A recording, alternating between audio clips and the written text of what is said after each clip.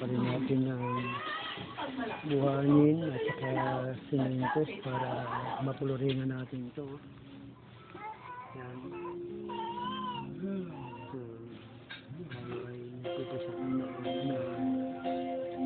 magkaroon tayo. Meron taong gamitin na mag-donate ng simento at saka buhangin.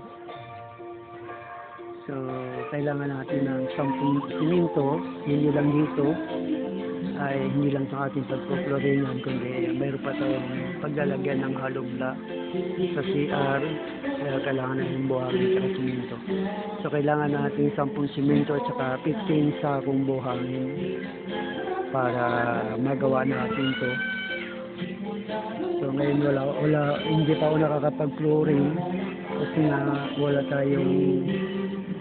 tayong simento at saka buhangin.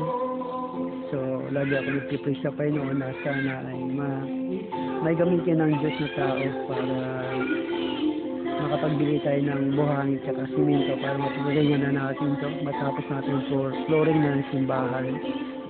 Yan. At saka, hindi pa tapos. Marami pa tayong gagawin. Yung nanapabubong. Yan. Saka yung stage po natin. Yan, stage. Ito po yung stage natin.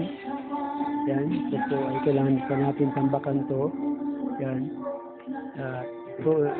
Pupluringan din natin to para maayos. So, yung mga ano na yan, matatanggal din yan. So habang kaya hindi pa natin yan. Yan.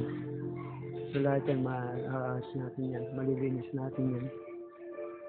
Kaya kung kayo naman ay pinagpapala ng Diyos at gustong tumulong sa gawain ng Panginoon, so ako po ay humingi sa inyo ng suporta para matulungan po ako para maayos po natin gawain ng Panginoon sa lugar nito.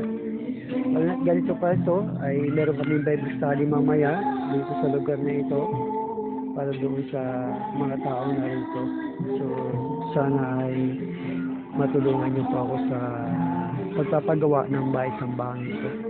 Kahit wala nang kahit ako lang gumagawa nito kasi wala tayong pang sa labor. Ang importante may materialis at simento para magawa natin ito.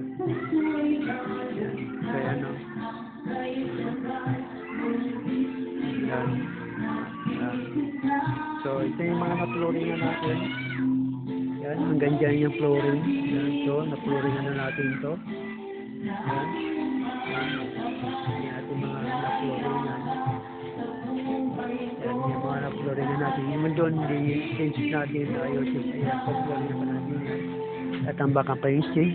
Saka yung dito sa dulo ay kailangan pa rin natin ang simento at saka buhangin dito para ma-flooringan na natin ito.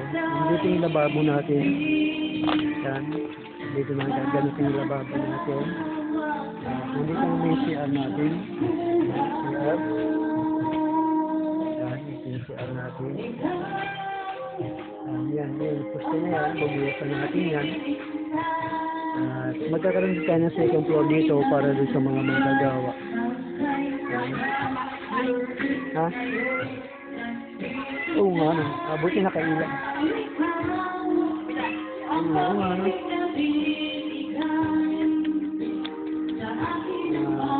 First, God bless you po. Maraming salamat.